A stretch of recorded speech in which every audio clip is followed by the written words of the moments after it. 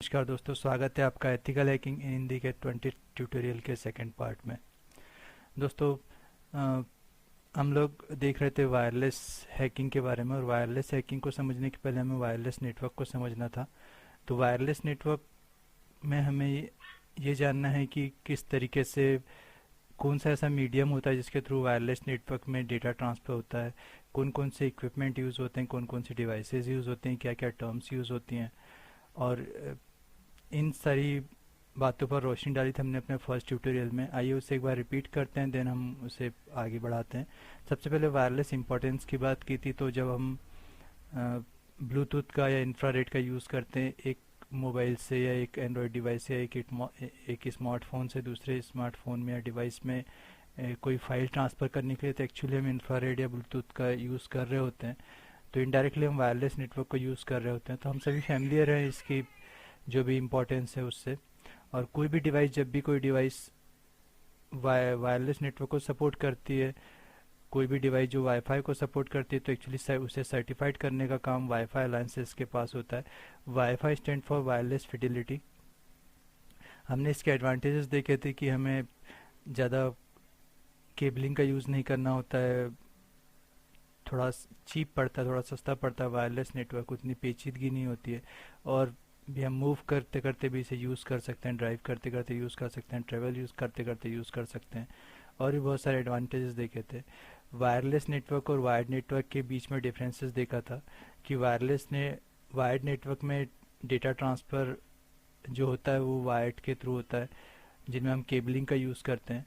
और इसी के अपोजिट होता है हमारा वायरलेस नेटवर्क, जहाँ केबल्स का यूज़ नहीं होता है। और हमने ये भी जाना था कि वायरलेस नेटवर्क जो होता है फिजिकल लेयर, ओएसआई मॉडल की फिजिकल लेयर के रूल्स और प्रोटोकॉल्स को फॉलो करता है। और ये इनके नेटवर्क टाइप्स देखते हैं, एक्चुअली बहुत सारी चार कैटेगरीज होती हैं और बहुत सारी सब कैटेगरीज में डिवाइड करते हैं। तो मेन कैटेगरीज जो है वो वायरलेस नेटवर्क की, उसमें वायरलेस लोकल एरिया नेटवर्क जिसे हम लैन कहते हैं, जहाँ दो या दो से अधिक डिवाइसेस के बीच में डेटा ट्रांसमिशन वगैरह हो रहा होता है। वायरलेस मेट्रोपॉलिटन एरिया नेटवर्क की बात करते हैं, तो यहाँ पर बहुत सारे वायरलेस नेटवर्क एक दूसरे से कनेक्ट होते हैं, उसे हम मेट्रोपॉलिटन एरिया नेटवर्क कहते हैं। वाइड एरिया नेटवर्क की बात करते हैं तो कुछ लार्ज एरिया जैसे टाउन्स और सिटीज़ वगैरह का कवर होना। पर्सनल लोकल एरिया नेटवर्क, जहाँ पर हम पर्सनल यूज़ के लिए होम्स वगैरह में वायरलेस नेटवर्क स्थापित करते हैं, उसे पैन कहते हैं, पर्सनल एरिया नेटवर्क। और हमने देखा था कि लैन को एक्चुअली हम दो सब कैटेगरीज में डिवाइड करते हैं। दो तरीके होते हैं इन्हें जमाने के, वायरलेस नेटवर्क को यूज़ करने के, जिसमें एडॉक होता है या पीयर टू पीयर या क्लाइंट टू क्लाइंट नेटवर्क, और एक होता है इंफ्रास्ट्रक्चर मोड। तो पीयर टू पीयर या एडॉक नेटवर्क में कोई भी सेंट्रल डिवाइसेस नहीं होती है।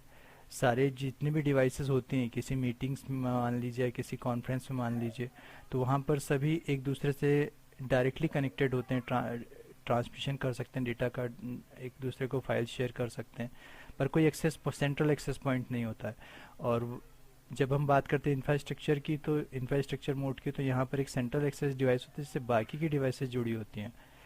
वायर्ड का यूज़ हो सकता है वायर्ड का यूज़ हो रहा हो, पर पीयर टू पीयर या एडॉक में वायर्स का यूज़ नहीं होता, कोई सेंट्रल एक्सेस डिवाइस नहीं होती है। दोस्तों, जब हम बात करते हैं वायर नेटवर्क की, तो वायर्ड नेटवर्क में जो भी डेटा ट्रांसफ़र हो रहा होता है वो एक केबल के थ्रू हो रहा होता है। पर जब हम बात करते हैं वायरलेस नेटवर्क की, तो वायरलेस नेटवर्क में डेटा ट्रांसमिशन होता है पर कोई वायर्ड नहीं होता है, किसी केबलिंग का हम यूज़ नहीं कर रहे होते। तो एक क्वेश्चन अराइज होता है, if the no cables are used, what is the medium of the wireless network. तो इसका सीधा सीधा सा जवाब है radio frequency signals. Radio frequency signal से आप सभी परिचित होंगे, सभी ने रेडियो सुना होगा, एफएम सुना होगा। अलग अलग एफएम चलते हैं, अलग अलग फ्रीक्वेंसी पर चलते हैं, एफएम, एएम, ये सारे जो यूज़ करते हैं, ये सब इलेक्ट्रोमैग्नेटिक फ्रीक्वेंसीज के अंतर्गत आते हैं। जो रेडियो फ्रीक्वेंसी जिसे हम कहते हैं, ये एक टाइप है, एक जो कैटेगरी आती है इलेक्ट्रोमैग्नेटिक फ्रीक्वेंसीज के अंतर्गत आती है। और इसकी जो रेंज होती है 3 किलोहर्ट्ज़ से लेकर 300 किलोहर्ट्ज़ तक की रेंज होती है। आइए इसे और इसके बारे में और जानकारी एकत्र करते हैं। सबसे पहली बात कि जो भी हमारी रेडियो फ्रीक्वेंसी है, ये अलग अलग जगह पर यूज़ होती है, राडार में, एफएम में, टीवीज़ में भी रेडियो फ्रीक्वेंसी का यूज़ होता है, माइक्रोवेव्स में यूज़ होता है, इंफ्रारेड में यूज़ होता है। और रेडियो फ्रीक्वेंसी जो है वो इलेक्ट्रोमैग्नेटिक वेव्स की कैटेगरी में आती है, जिसमें आपका आपका जो लाइट होता है, जो जो लाइट होता है वो भी इलेक्ट्रोमैग्नेटिक फ्रीक्वेंसी की कैटेगरी में ही आता है। इसकी जो रेंज होती है वो 3 किलोहर्ट्ज़ से लेकर 300 किलोहर्ट्ज़ तक होती है। माफ़ कीजिएगा, 300 गीगाहर्ट्ज़ तक होती है। और सारी इलेक्ट्रोमैग्नेटिक वेव्स की तरह ये भी प्रकाश की गति से ट्रेवल करता है। और जो भी रेडियो वेव्स जो भी जनरेट होती हैं बाय लाइटिंग और बाय एस्ट्रोनॉमिकल ऑब्जेक्ट्स, जो आपका जो भी रेडियो वेव्स होता है, एक्चुअली इसके कुछ एडवांटेजेस होने के साथ साथ कुछ डिसएडवांटेजेस भी है। आइए इन पर कुछ एक नज़र डाल लेते हैं कि रेडियो फ्रीक्वेंसी जो होती हैं वायरलेस नेटवर्क में, एक्चुअली वो बच्चों के लिए, प्रेग्नेंट वुमेंस के लिए, बुजुर्गों के लिए, पेशेंट्स के लिए, वो पेशेंट्स एक्चुअली जो पेसमेकर वगैरह का यूज़ करते हैं, बर्ड्स वगैरह के लिए थोड़ी सी घातक होती है। और यहाँ एक पॉइंट देख सकते हैं आप, इसे हम बाद में एक्सप्लेन करेंगे। It can be easily intruded by the hackers. और जब data actually by air flow हो रहा होता है, वेव्स के थ्रू हो रहा होता है, तो ओपन होता है और इसे अटैकर द्वारा हैक कर पाना काफ़ी आसान होता है। Possible signal loss, possible signal loss से मतलब हमने देखा कि जिस तरह लाइट जो होते हैं वो भी इलेक्ट्रोमैग्नेटिक वेव्स होती हैं, और जो हमारा रेडियो वेव्स होती हैं वो भी इलेक्ट्रोमैग्नेटिक वेव्स की कैटेगरी में आती है। तो लाइट को भी आप देख सकते हैं कि जैसे जैसे दूर जाती है उसका जो